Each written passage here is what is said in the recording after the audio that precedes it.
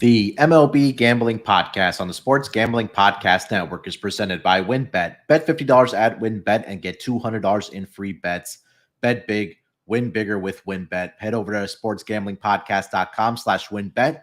That's sportsgamblingpodcast.com/WYNNBET to claim your free bets today. We're also brought to you by IPVanish. IPVanish is the official VPN of SGPN, and they're offering 70% off if you go to ipvanish.com/SGP. That's ipvanish.com/SGP. And make sure to check out our new Discord server, the perfect place to interact and sweat bets with the entire SGPN crew. Just go to sportsgamblingpodcast.com/Discord. Welcome, everyone, to the MLB Gambling Podcast, part of the Sports Gambling Podcast Network. It is Friday, July 29th, 5 p.m. on the East Coast, here for our weekend preview / lock, dog, and total for the Saturday games. We'll also have a brief, discussion, and we'll kind of walk through of how Noah does his strikeout props. I know I got into some more this week, so we'll dig into that. Another market to uncover here. But as you heard, like I said, joining me here to break it down for the Saturday schedule is my main man in the Great Lakes area, Noah Beanick. Noah, how you feeling, buddy? I'm actually feeling pretty rough. Got my allergies up today. I don't know what's going on. I feel like I'm one of the few podcasters that just struggle like on a daily basis, whether I feel like I can speak with the sinuses and stuff like that. But struggling physical wise, came off with like 2 days off. I played golf on Wednesday for Thursday's podcast, and for Friday's podcast, we were moving refrigerators in and out of my house. So got a good workout yesterday, and I think all the dust just kind of stirred it up, and I've been suffering today. But yeah, Lock Dog and Total podcast, and I'm ready to go. And I sneak peek, I don't really like the slate, so I didn't have a lock. And Moonoff and I just kind of telepathically read each other's minds, saying, "Let's talk about some strikeout props today." So that's what we're gonna do. Yeah, it's one of the more, I guess I could say fun markets to talk about. It's one of the more, the most popular prop market in baseball. That, and I guess you can talk about, nerfies and then things like that for baseball betting. But we'll talk about that later in the show. It kind of like Noah said, it's a sneak peek to the lock segment for him. But yeah, short show today. I know we usually go through every single game, but we like to do the turbo episodes at least for the weekend slate, because the weekend does kind of get tricky as far as betting wise, and I've seen this across a lot of other bettors I've spoken to as well, as that the weekend gets a little freaky. But yeah, we'll still walk through our lock, dog, and total. But before we get into that, let me tell you guys about our presenting sponsor, WynnBET. Make sure to get down on Wynn's Bet $50 to win $200 promotion, where a $50 bet qualifies you for up to $200 in free bets. And if you're betting baseball, you have to check out WynnBET. Their reduced juice in baseball games makes them the best place to bet on the MLB. Plus, the ultimate fantasy football experience. It's winding down, guys. Just 2 days left. Bet $500 or more on sports and casino before July 31st, 2022. Get entered to win the ultimate fantasy football draft experience at Encore Beach Club, including a 2-night stay at Wynn Resorts for you and your entire league. Multiple entries are allowed. There's so much to choose from, and all you have to do is head over to sportsgamblingpodcast.com/WynnBET. That's sportsgamblingpodcast.com/WYNNBET to claim your free bets today. Offer subject to change. Terms and conditions at wynnbet.com. Must be 21 years or older and present in a state where playthrough WynnBET is available. If you or somebody you know has a gambling problem, call 1-800-522-4700. And also the new SGPN Discord. Make sure to check out our new Discord server. It's the perfect place to interact and sweat bets with the entire SGPN crew. Just go to sportsgamblingpodcast.com/Discord. All right, Noah, before we get into our picks for Saturday, I do need to vent a little bit, because the Phillies kind of screwed me over last night as my lock yesterday of -1.5. Was not very happy about that. I think they had an 8-0 lead last night with Zach Wheeler on the mound. He had another phenomenal outing for the Philadelphia Phillies. Also had his K prop to go over last night at plus money at 6.5. That one cleared easily, or not easy. Well, I guess we can say easily. He finished up with eight. I'm sorry, 8 strikeouts in 7 innings, but 8-0 lead after 7 innings, or after they batted in the top of the ninth, and they give up 7 runs, 5 runs in the bottom of the ninth last night. Noah, I was not a very happy camper yesterday, but I wouldn't be either. Did you see the clip that we tweeted out with the David I Ross did. video? Yes, I did. That's exactly how I was feeling. I'm not even gonna lie about it. That's awesome.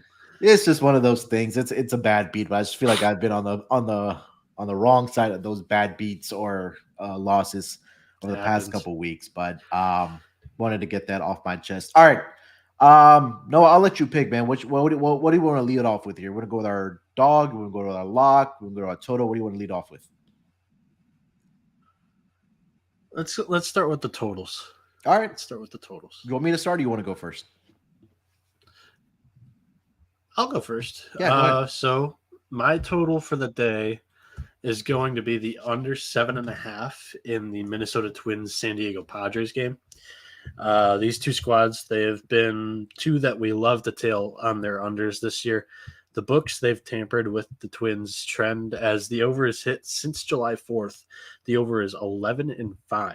But for Minnesota and San Diego, they have hit frequently, except for that one little spurt.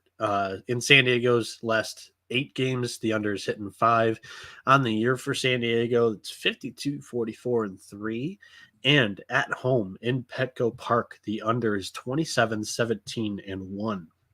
Pitching for the Twins is Sonny Gray, who's 5-3 with a 3.52 ERA, 64 strikeouts, 18 walks in 69 innings pitched this year. He has a 3.03 ERA on the road, so he pitches better on the road than at home. And then you look at Joe Musgrove pitching for the Padres. He's 8-3, 2.63 ERA, 106 strikeouts, 25 walks, and 109.1 innings pitched. At home, he has a 2.19 ERA. I definitely like a first 5 under in this game, but since that number isn't released, let's just roll with the full game under because I feel like both bullpens in the back end, you got some revenge games going on because these two teams were involved in a 2 days before the regular season started. They traded their back end guys to each other, and I feel like going up against each other for their this would be the second game with the first game Friday. I feel like this could be just a pitcher's duel throughout the whole 9 innings. I like it. Yeah, I mean, you talked about it. Sonny Gray has been better on the road this season than I believe at home, almost by a full or right about a full earned run. Lower on the road is his ERA, and Padres. I guess I'm trying to look up how their bats have done over the last 2 weeks here against right-handed pitching, and let's see here. Let me update that here. Get that out of the way. San Diego over the last 2 weeks against right-handed pitching, they are. Where did they go? They were right in front of me. San Diego. Yeah, they're number 20 in WRC plus, and that's a stat that I really like looking at when I'm talking about, or when we are talking about totals here on the MLB Gambling Podcast. And it gives you a good idea of, if they're taking advantage of opportunities, if they're, the batting average is not there for them either over the last 2 weeks at right 228. And you talked about Sonny Gray, he's been phenomenal on the road. Joe Musgrove, same thing at home so far this season, 3-1 record. ERA is right around 2.15 for Joe Musgrove. He did struggle in his last 2 starts, but he did face some good offenses in the Mets, and even the Rockies are a pretty good offense, especially in Coors Field. So I think that he can find his form here a little bit again against the Minnesota Twins in this interleague matchup. So I do agree with your under here, under 7.5 between these two stud pitchers. All right, for my pick for the total for the Saturday games, I'm going to go with the Mets team total, and this is probably going to come around 4.5. And I'm trying to see what the full game team total is. I don't see the lines out for it yet. So even if it's at 4.5 or even a 5 at some books that do offer it, I like this to go over for the Mets, and it's really a fade, of course, on the starting pitcher for the Miami Marlins tomorrow night. It's going to be Trevor Rogers on the mound for the Miami Marlins. There, he has a record of 4-10 on the season, a 5.85 ERA overall, 41 walks to 83 strikeouts so far this season. And there's a lot of things that kind of stuck out to me here, and I'll kind of go through the list. Over his last 5 games, he's struggled just as much as he has over the past 5 games. Sorry, for the full season. Last 5 games, he's 1-4 with a 5.84 ERA. He's pitched in 24 and 2/3 innings, 16 earned runs. He's also walked 10 guys in that span as well. At home this season is where he's really struggled for the Miami Marlins. He's 2-6. The ERA is 7.09 in 9 games that he started at home so far this year. 40 and 2/3 innings pitched. He's allowed 32 earned runs in 40 and 2/3 innings pitched. He's given up 8 long bombs, 46 strikeouts, 15 walks that he's allowed. He has faced the Mets, I think, twice this season already. Yeah, and in both of those games, he has struggled. In 5 innings, he's allowed 3 earned runs to the New York Mets in that span. The ERA this season against the Mets is, let me filter this down here. It's 5.79, like I mentioned. So I don't like the form that Trevor Rogers has been in. I think that he's been even worse on the road, like I mentioned with the numbers. So if this number comes in at even 4.5 or even at 5.5 at plus money, I think the Mets can really get to Trevor Rogers here, Noah. Yeah, I agree with you. Rogers is a guy like at the beginning of the year, you were kind of hoping he'd pan out, and along with the rest of this Marlins pitching staff, starting staff, I should say, we were expecting these guys to kind of carry the Marlins past whatever their preseason number was. I think it was like 77.5 or something Yeah. like that. I know me and you were on that, maybe even Dylan. And there was quite a lot of other people there too. And Rogers has been one of the main people that have kind of just let us down besides the offense a little bit. Cause Pablo Lopez, Sandy Alcantara, they have done everything that we've expected to, and maybe even a little bit more from them. But yeah, it's just with Rogers, man, he's been frustrating. So I kind of like your fate against him, Yeah. and that's about it that I'll have to add to that. Yeah, they're on pace right now to win 77 games. If you just take their winning percentage into account for this season so far, and I'll quickly take a look at their remaining strength of schedule, and see if we are going to be in a tough spot. Yeah, they have the 5th hardest remaining schedule, so it's going to be a tight one, Noah. I'm sure we're going to keep our eyes out on this one for the rest of the season, but yeah. All right, let's get over to our dogs of the day for the Saturday schedule. I'll lead this one off here, Noah. Right. I'm gonna continue riding the Paul Blackburn train for the Oakland A's, and it's more so that we've been profitable this season, especially early on.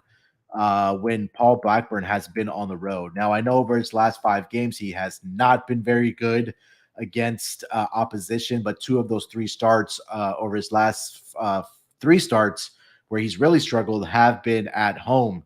Not one, his last start where he got absolutely blitzed by the Texas Rangers. He gave up 10 earned runs in 4 1/3 innings pitched. They lost that game 11-8. And then the other start was against the Texas Rangers on the road as well, where he gave up 5 earned runs in 6 innings. And the other start was against the Houston Astros, where he gave up 6 earned runs. But I think this is a good spot for him, especially being on the road. This season on the road, 5-1 with a 1.85 ERA is Paul Blackburn. He's pitched 63 1/3 innings on the road. He's only allowed 13 earned runs in that span, 48 strikeouts on the road. Against the White Sox, he is 0-2 in his career, but his last start last year, he only gave up 3 earned runs in about 5 1/3 innings pitched for the Oakland A's. And look, They just came off a sweep against the Houston Astros, so it's not like they are laying down in spots and just completely throwing the season away. Like, it's something to say that you had one of the best teams, if not the best team, coming to your building, and you actually swept that team. That I think that speaks kind of volumes to me. But now with Paul Blackburn on the road, like I mentioned, his numbers, I think this is a good value play, especially at plus 155 with Paul Blackburn on the mound. So I'm gonna take a shot here with Paul Blackburn on the mound. Give me that plus 155 with the Oakland A's here, Noah. Yeah, I'm with you there. They're 6-1 in their last 7 games. It's Yeah. they've been rolling right now. I don't know, um, you know, quite how they're doing it. But Johnny Cueto, he's another guy that's like kind of had a little bit of a breakout, maybe. I mean, Yeah. we weren't expecting much from him, and this guy's been quite good this year. And it's kind of like, when will the rail or train kind of go off the rails here? It's like Mhm.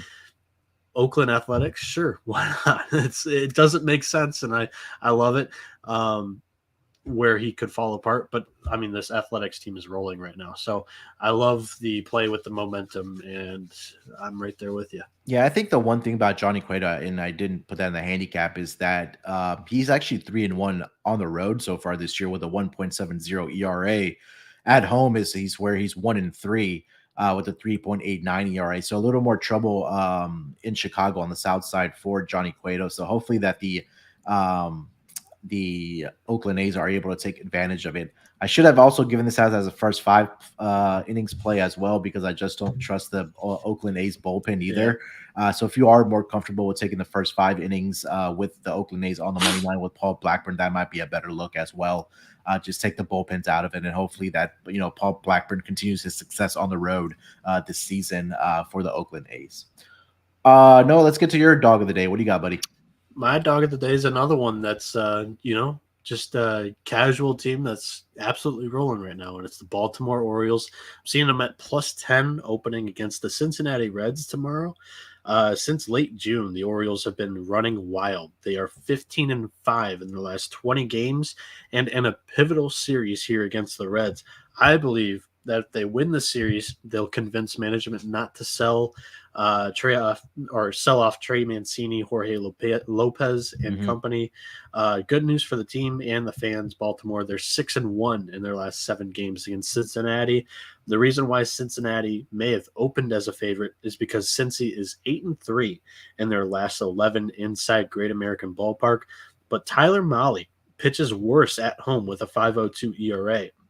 In 2022, he's 4-7 with a 4.21 ERA, 107 strikeouts, 39 walks in 98.1 innings pitched. And as for Baltimore's Dean Creamer, he has a better road ERA than home. He pitches Mhm. better on the road with a 170 ERA, and in 2022 he is 1-1 with a 306 ERA, 38 strikeouts, 13 walks in 47 innings pitched. Furthermore, Baltimore has one of the best bullpens in the majors, and I'd grab this plus money line before it moves. I agree with this play because the I'm not fading the Baltimore Orioles right now. I know they lost a couple games there after the All-Star break, but it seems like they've picked up right where they kind of left off prior to the All-Star break. And we've talked about this, between Malcolm and I last season with Tyler Mahle, is that he's just one of those pitchers that, for whatever reason, he does great on the road, and then at home is where he gets in trouble. Last season, and I'll say these numbers to you, on the road last season, he was 8-2 with a 2.30 ERA.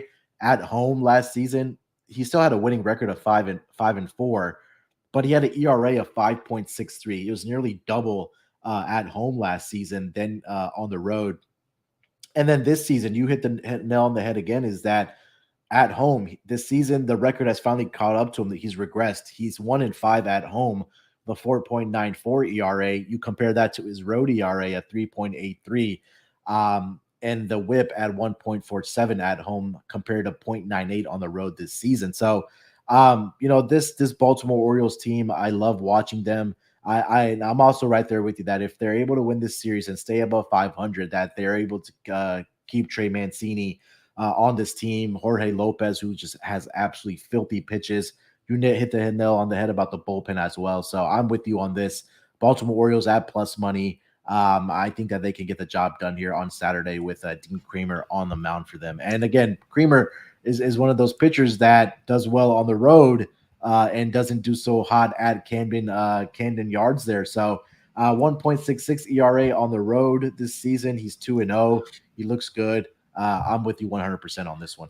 Yeah, plus Insano again, Captain Insano in the comments making great points is Cincinnati, they've already started the fire sale. Tyler Naquin, oh my God. He's been sold to, got to give the Mets credit. They went out and got their big outfielder that they wanted at the deadline here. Congratulations to Dylan. He's the piece that is going to take you guys to the World Series. That big left-handed bat that you guys want to just hit the ball over the fence for you guys and create some run source from the left side of the batter's box. But yeah, I mean, it is a tough message to the Reds team, and it's like, who else is going to get sold this weekend? Who's going to leave the clubhouse next? It's sort of just the big dust cloud, the gray loomy cloud is Luis Castillo. When is he going to leave? And that's the big name from that team that just might kill the morale here. I don't think it may happen for this game, but it's just it's a tough scene in Cincinnati right now. Yeah, I think that fire sale started at the beginning of the season as well, right? Like when they traded Jesse Winker and Suarez over to the Mariners. Yeah. That just kind of sent a message that this is not going to be our season, that we're going to be in a fire sale and we're just going to get rid of, all of our great players. Are you still surprised to see Joey Votto on this roster? No, he hasn't done well this year. He hasn't had a great season to be like a enticing piece on the market. So I would say it's unfortunate, but the Reds may have lost that window of like his highest value to get rid of him. Yeah. All right. Before we get into our locks, let me tell you guys about IP Vanish. IP Vanish is the official VPN that we use at SGPN. And did you know that when you're browsing online using incognito mode, that doesn't actually protect your privacy? That's right. Without added security, you might as well give away all your private data to hackers, advertisers, your ISP, and other prying eyes. That's why we at SGPN use IPVanish VPN to make it easy to stay truly private and secure on the internet. IPVanish helps you safely browse the internet by encrypting 100% of your data. This means that your private details, passwords, communications, browsing history, and more will be completely shielded from falling into the wrong hands. Even your physical location will be hidden. IPVanish makes you virtually invisible online. It's that simple. You can use IPVanish on unlimited devices without sacrificing on speed, your computers, tablets, phones, even devices like your Fire Stick when you're streaming media. Whether I'm at home or in public, I don't go online anymore without using IPVanish. IPVanish is offering an incredible 70% off the yearly plan for our listeners with a 30-day money-back guarantee. That's like getting 9 months for absolutely free. IPVanish is super easy to use. All you have to do is tap one button and you're instantly protected. You won't even know it's on.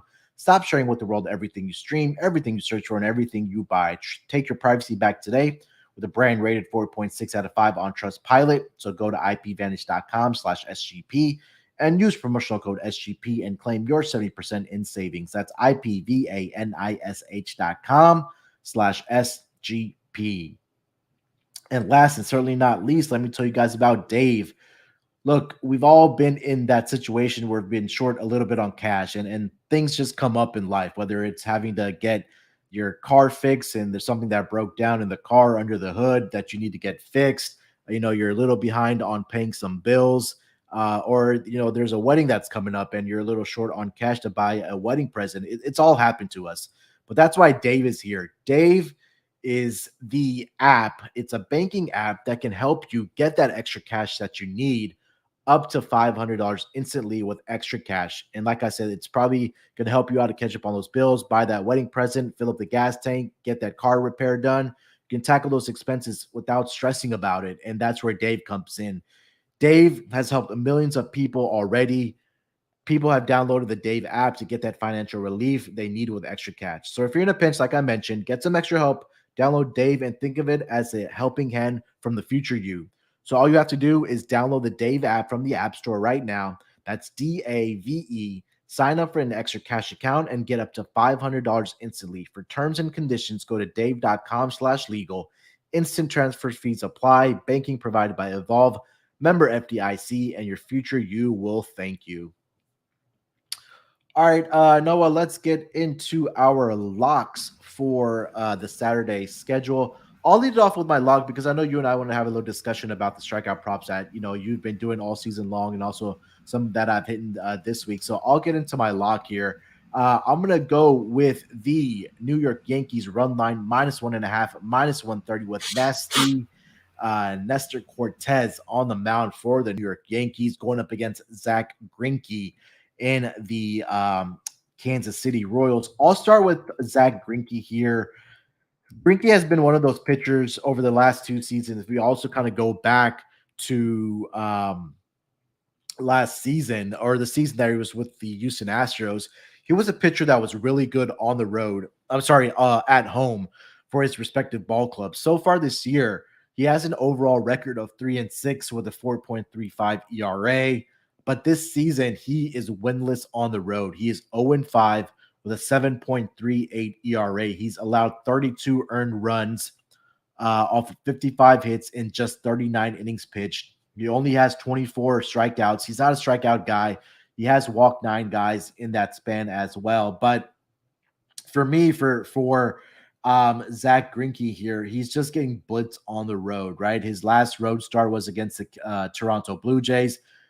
Blue Jays got that victory 8-1. Previous to that, he faced his former bar club, the Houston Astros. They lost that game 9-7.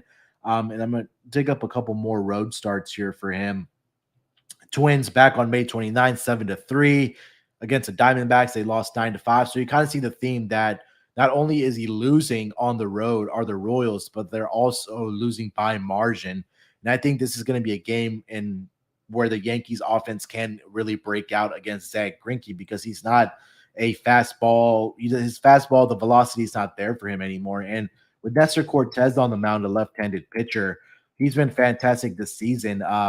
He's 8-3 with a 2.48 ERA, but he's been absolutely better at home this season for the New York Yankees. He's a perfect 3-0 with a 1.90 ERA, only allowed 10 earned runs in about 47 innings pitched, 53 strikeouts in that span as well. And I'm trying to pull up the numbers here against left-handed pitching for the Kansas City Royals over the last 2 weeks. In WRC plus, the Kansas City Royals are number 8, but I think this is more of a fade for me against Zach Greinke, and I think the bats of the New York Yankees are going to be able to get to Zach Greinke early and often in this game. So I'm going to take the New York Yankees run line -130 against Zach Greinke and the Kansas City Royals, Noah. Yeah, I'm right there with you, and something that I've paid attention to a lot this year as well. Texting in the group chat, there were not many locks available, and when I saw you had the Yankees run line, I was like, shit, that was the one that was kind of jumping off the board for me as well, because Greinke on the road is much worse than Greinke at home. So I'm not going to really ramble on much longer. It's just that's it. That's the fade right there. Yeah. Greinke at home, we'll take him, but on the road, we are definitely going to fade him. All right, Noah, let's get into your lock first, and then we'll kind of just have that conversation about strikeout prop talk that we wanted to do. So I'll let you lead it off here because you've been crushing it with the strikeout props this season. So I'll give you the floor. Yeah, so I didn't really have a lock jump off the page to me.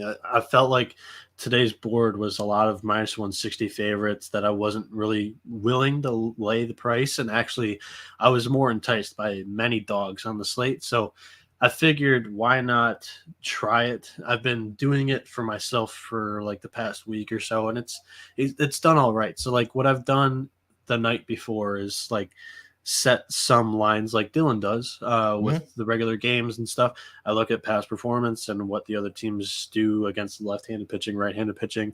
And just the biggest one is just how much do they strike out per game. That's one of my favorite stats to look at right now for this prop. And you have to know how they perform against lefty or righty. But I've set lines the night before and done quite well. So I figured I'd share what I have because there's somewhat of a method that I like to work. And Yeah, I figured that would be serviceable enough as my lock Yeah. because I've done a strikeout prop for my lock many of the past 2 weeks, many days of the past 2 weeks. So um, the way I sort of do it is, of course, I'm taking into account how they perform against these teams in their careers and stuff like that. But I have 7 names listed, and the number that I'm going to list out, if it's this number or lower, that is what I'm going to make the bet. If their total comes in higher than the total that I have, I just kind of leave it alone. Um, that's not saying that I don't think that they can get it.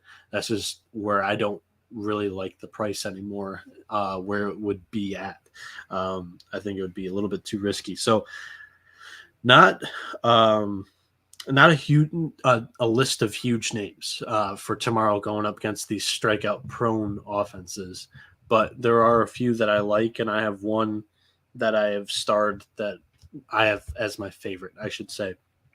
Uh, Starting off with, I'll go kind of bottom of my list to the top of the list. Okay. Drew Smiley, he's on the Cubs facing the Giants.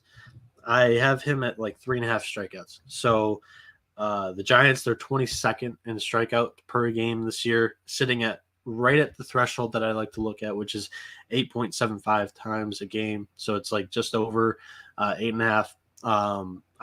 I like to look at that number basically because there's 9 innings in a game, and Mm-hmm. you're almost guaranteeing that it's a strikeout per inning. That's the closest, safest bet. So that is sort of my threshold. And the Giants, they are better against left-handed pitching, but Smiley has cashed this number in 2 of his last 3 starts. So I feel like that's safe enough. 3.5 would be a play there. Tyler Malley, I faded him for the game, but he does rack up some strikeouts, and I set the number at 4.5 against Baltimore. Baltimore's offense is 24th in the league, striking out 8.8 times a game. Zach Plesac going up against the Rays. The Rays are 25th with 8.83 strikeouts per game. I set his number at 6.5. He's hit this number in actually a lot of outings. In the past 8 outings, he's hit in 6 of them. Nick Pivetta, I set his number at 6.5 against Milwaukee. Milwaukee's been struggling. Malcolm's been all over this team. I think he's reading through the lines because the offense is not very efficient. It's their pitching staff that wins them their games. They're 26th in strikeouts per game with 8.83 strikeouts per game. Then for Philly, going up against Pittsburgh, Pittsburgh's 28th in the MLB with 9.3 strikeouts a game. Ranger Suarez, I set his number at 3.5. He's not a guy that racks up a ton of them, Mm-hmm. but a weird lefty going up against the Pirates. I feel like he might be able to eke out 4 strikeouts. He does not pass that threshold very much, so not really one of my favorites. But Pittsburgh strikes out a ton. Glenn Otto, I set his number at 3.5 against the Angels. They are the worst team in strikeouts per game in the MLB. I love fading them. They're 30th with 9.7 strikeouts a game. And my favorite play of the day would be Dean Creamer, over 4.5 strikeouts. So he's at 4 strikeouts, 3.5 strikeouts, 2.5 strikeouts. I would be taking his over there. He pitches way better on the road. Mm-hmm. Cincinnati, they're 27th in the MLB in strikeouts per game and sitting at 8.85. That would be my favorite play in the strikeout market tomorrow. I love it, man. So I kind of, just talking about how I guess we could, this is where we kind of discuss it is that, you mentioned that you like looking at how they've been doing for the season long, right? Those numbers obviously change throughout the season.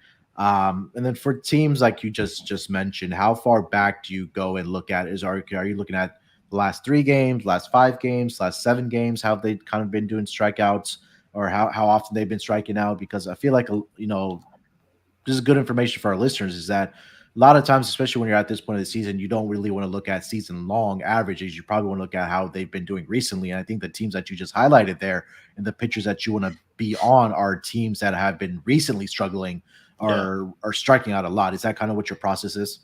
Yeah, for sure. I use a site that gives me like their season long and also like how many strikeouts they've had over their last 3, 5, 7 games, so you can kind of see like where they're at. I say just play around with it.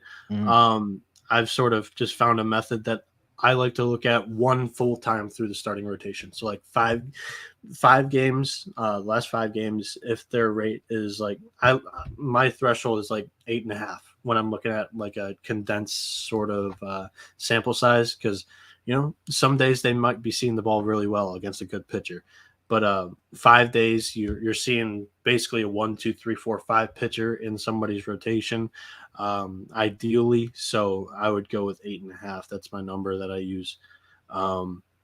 But yeah, I think there is some sort of variance when you're looking at skill or talent of some of these pitchers as well, because Mhm. um, sometimes you have a Glenn Otto who's the fourth or fifth pitcher on this Rangers squad. He's not going to go out there and get a ton of strikeouts, and then you're looking at an Angels squad that is leading the MLB in strikeouts. But again, it's not an automatic you're tailing Glenn Otto here because he's Right. not talented enough to get the swings and misses. Yeah, and I think last night is a prime example of that for me. Is when I took Zach Wheeler on his strikeout props last night, and if you kind of look at his game log over the prior to last night's start, he wasn't a guy that was in the range of 7 or more strikeouts. He was right around that 4, 5, 6 mark over his last 5 starts. But when you talk about Yeah. players that strike or teams that strike out a lot. Pittsburgh is one of the worst teams, not only season long, but also over the last 5 that have been striking out a lot. And that's why I kind of wanted it to be on Zach Wheeler last night, because he is a guy that you just talked about how some pitchers don't have the pitches, I guess, to strike out batters, but I think Zach Wheeler is one of those guys that can. And last night, I was able to get that at 6.5 at plus money, and it cashed at 8. So I think that this, if you kind of like you mentioned that you play around with it, you look into the stats, and you also get into the pitcher. And one thing I also do like looking at is how that certain pitcher has done historically against that particular team that he's facing. And not really from a strikeout perspective, but also like, if he's given up the hits, if he's given up the runs, because I think Zach Wheeler, his last start wasn't, or against the Pirates wasn't back to, or I'm sorry, was in 2019 was his last start. But Zach Wheeler from that point to here has gotten better, but he still had good numbers against, the Pirates. And I think that was one of the reasons why I did want to be on Zach Wheeler last night. You've also gotten into, yeah, I'm sorry. Do you have anything else to add for the strikeout props? Um, I will say, like, when you're talking about pitches, and just for me, I mentioned whiffs. So like there's stats out there if you want to get even deeper into the analytical world. There's whiff percentage, and then there's also CSW, which is also kind of whiffs in its own right. It's called strikes and swings and misses. So those two stats are really good to figure out. Hey, one example is Dylan Cease. He's like one of the best in the MLB when it comes to CSW, um, but he does have a little bit of a control issue, and he's up there in walks as well. So it's like that stat is not like good when you're determining like how a pitcher is going to do it for an outing, but when you're looking at strictly strikeout props, that is a wonderful stat to look at. Yeah, I agree 100%. And I think Captain Santos also makes a great point in the chat is that you also want to look at umpires as well. Some umpires have a very large strike zone. Guys like Angel Hernandez who have a very and then there's umpires that have a very small strike zone that they're going to make you make the pitch. So I think that's very important. Looking at their K rates and how many strikeouts you're averaging per game. I think that's there's great websites out there and information that gives you all that handicapping tools for those strikeout props as well. Anything else you wanted to add there, Noah, before we wrap it up here?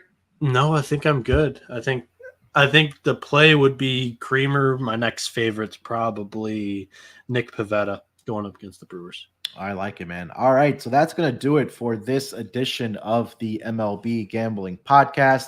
Our lock dog in total for the Saturday games, got into some handicapping of strikeout props as well. So definitely be if you are a prop better and you like looking at those strikeout props, hopefully that was some useful information from Noah and myself for the rest of the season. No, anything else you want to get off your chest, and then let the people know where they can find you on social media. Yeah, I just mentioned the names, but I'll say the total again. Dean Yeah. Creamer 4.5, and then Nick Pavetta 6.5. But yeah, follow us on Twitter. The show's Twitter account is at MLBSGPN. Our Twitters are on the screen on YouTube. Sports Nerd 824 for Moonoff, and the word 70 number 7 NB for myself. Go wherever you're listening to the podcast, whether it's Spotify, Apple, or whatever. Leave us a like, rating, review, subscribe to it. I was actually playing golf with a guy in my dad's league, and I was telling him about SGPN and like everything that we offer.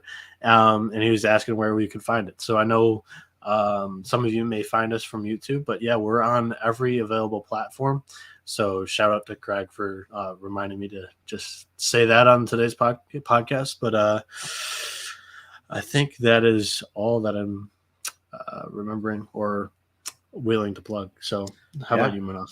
No, that you covered pretty much everything. If you haven't already subscribed to the YouTube channel for MLB Gambling Podcast, make sure to do so. And if you haven't already subscribed to the podcast feed, wherever you listen to it, whether it's Spotify, on Google, or on Apple Podcasts, just do us a favor, leave a subscribe, and please also, if you haven't already, leave us a rating and review.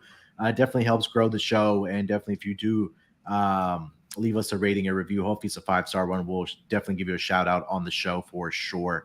With that being said, thank you guys so much for joining us today. We will be back in some form or fashion for the Monday games. Hopefully we can get that recorded by Sunday and then get that out overnight so you guys can get ahead of the lines for those Monday games. And we also are approaching the trade deadline, so I'm sure we'll have conversations about that early on next week as we slowly and surely approach the trade deadline in MLB. Noah, thank you so much, my man.